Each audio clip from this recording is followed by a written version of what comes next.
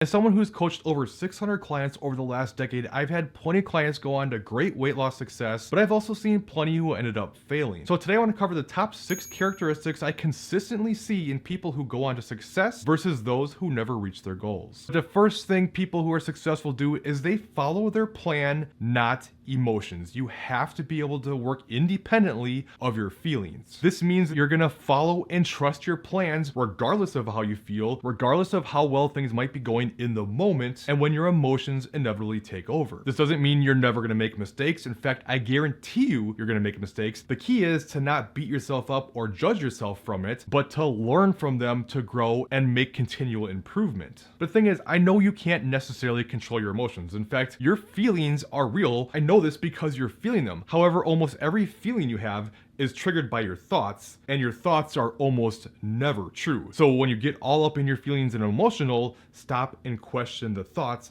that are triggering those feelings. And there's a couple ways you can help with this. One, a powerful strategy is to talk to yourself out loud. And I know that sounds crazy. I promise you're not a crazy person for this. It's just anything in your head is emotions. When you say it out loud, it becomes logic and it becomes real. It's like getting the poison out of your body. So don't just sit with it and try to fight it internally. Say it out loud and get out of your own head. The second thing is you need to talk to yourself the way you would talk to a friend. We all tend to be our own worst critics. We beat ourselves up and we don't give ourselves any slack. But if a friend came to you with the exact same struggles, the exact same circumstances, the exact same feelings, how would you treat them? You wouldn't say, "You suck, you should just quit, it's not worth it." No, you'd be supportive. You would tell them to not judge themselves. You would say it's okay to make mistakes. You just learn from them. You would tell them to just get back on track. You need to start doing the same thing for yourself. But let's be honest, one of the biggest struggles you probably have is getting frustrated with lack of results and feeling like the process is taking too long. Well, that brings me right into this second characteristic I see. People who succeed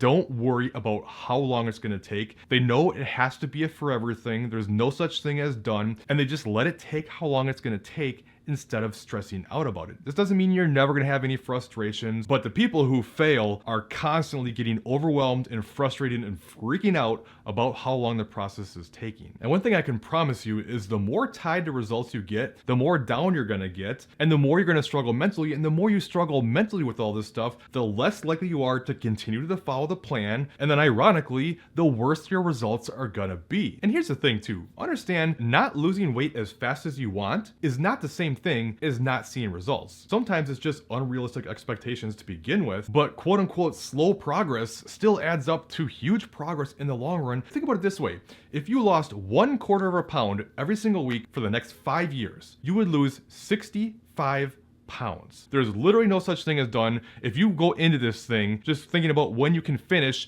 you've already lost the battle before you've even begun, because you can never go back to the way things were. You're always having to eat healthy. You're always going to have to stay active. So if you don't plan on forever, there's no point in even starting. So don't be in a rush to reach the end of something that literally doesn't even have a finish line. Now, for the third one, if I was to make any arguments about which one of these is the most important, it's probably this one, and that's having the perseverance to get through hard times, to get through the urge to quit, and to keep going no matter what. Think about this, and while this is probably going to sound cliche, I think it's true. When you say you want something, life is going to test you on that repeatedly. You don't get what you want until you go through a series of tests where life knocks you down over and over and over and says, do you still want it when this happens? Do you still want it when that happens? Do you still want it when everything around you is falling apart? And when you get to the point where you feel like, I can't take this anymore, I'm just going to give up, but then something inside of you says, no, this is too important.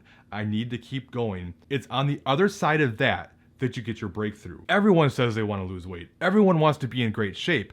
Almost nobody is able to succeed at this in the long run. The biggest reason is not persevering through life's challenges. It's going to happen all the time, so you have to accept this and embrace this, which quite frankly brings me right into the fourth thing I want to talk about, and that's people who succeed do not have an all or nothing mindset. It's more like an all or something mindset. Like I said, life's going to challenge you repeatedly, and what I see in people who fail all the time is anytime something comes up in life, they always stop and say, well, I need to take care of this, so I'm gonna stop until I can give 100% again. And then that finally passes by, they finally get back into it, and then a month or two down the road, something else comes up. Something is always going to come up. You're always gonna be challenged, there's always gonna be obstacles.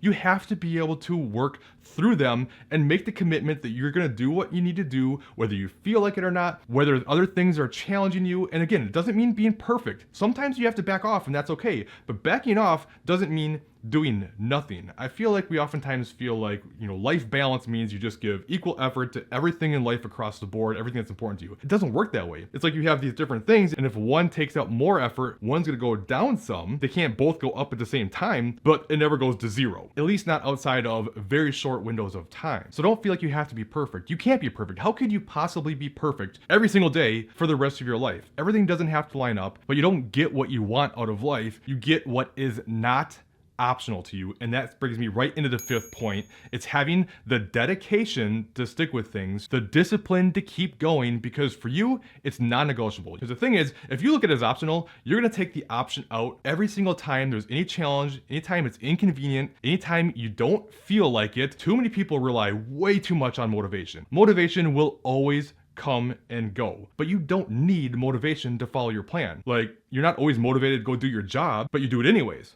Why? Because if you stop showing up, you're gonna lose your job. If you touch your hand to a hot stove, you don't need motivation to pull your hand away. You're gonna do it because if you don't, your hand's gonna get burned. This stuff works no differently. You don't have to keep doing your workouts, and you don't have to stay on top of your nutrition, but if you don't, you're not gonna get the results you want. Bottom line. So it's not until you look at the process of getting the results you want as non-negotiable that everything changes. Like, I can't even tell you the last time I've sat and thought about, should I go work out today? It's just, I have my schedule. It's my time to go work out.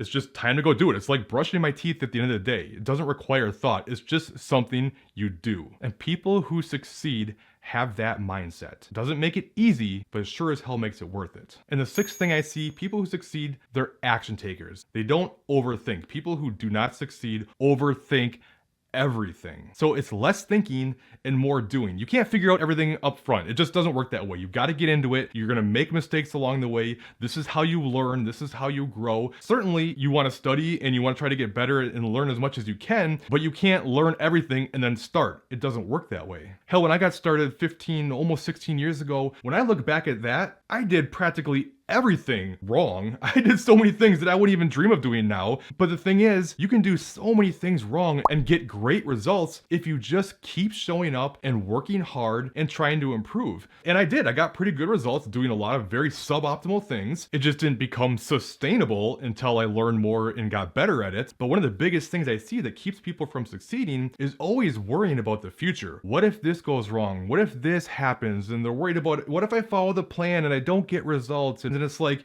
you're never going to take action. You're never going to get there. This is why you say trust the process, because if you don't trust the process, that means you're not going to follow the process. And if you don't follow the process, there's no way you can possibly get the results. And I know all this stuff is easy to say and hard to do, but you know what? I've kind of always hated easier said than done, because what in life isn't easier said than done? We look at hard as this bad thing when it's actually a good thing. Everything that you want in life is on the other side of fear, difficulty, and pain. And the more you look for the easy path and try to take the quick fixes and shortcuts and stuff, the more you're going to be miserable. When you do the hard things, it builds character, it builds confidence, it builds pride, you feel good about yourself, and it's the most rewarding things. Think about everything in your life that you really truly care about, that you're proud of. All those things were hard. Don't stop yourself because you're worried it's gonna be hard or that you're gonna make mistakes. It's gonna be hard and you're gonna make mistakes, but that's how you learn. That's what makes it worth it. So even if things don't go well, that's okay. You just pivot. You don't give up. Now, with all that being said, there's actually 6 other mistakes I see people make all the time that keeps them from getting results and causes them to give up. So to find out what those things are, make sure you check out this video up here next, and I'll see you in the next video.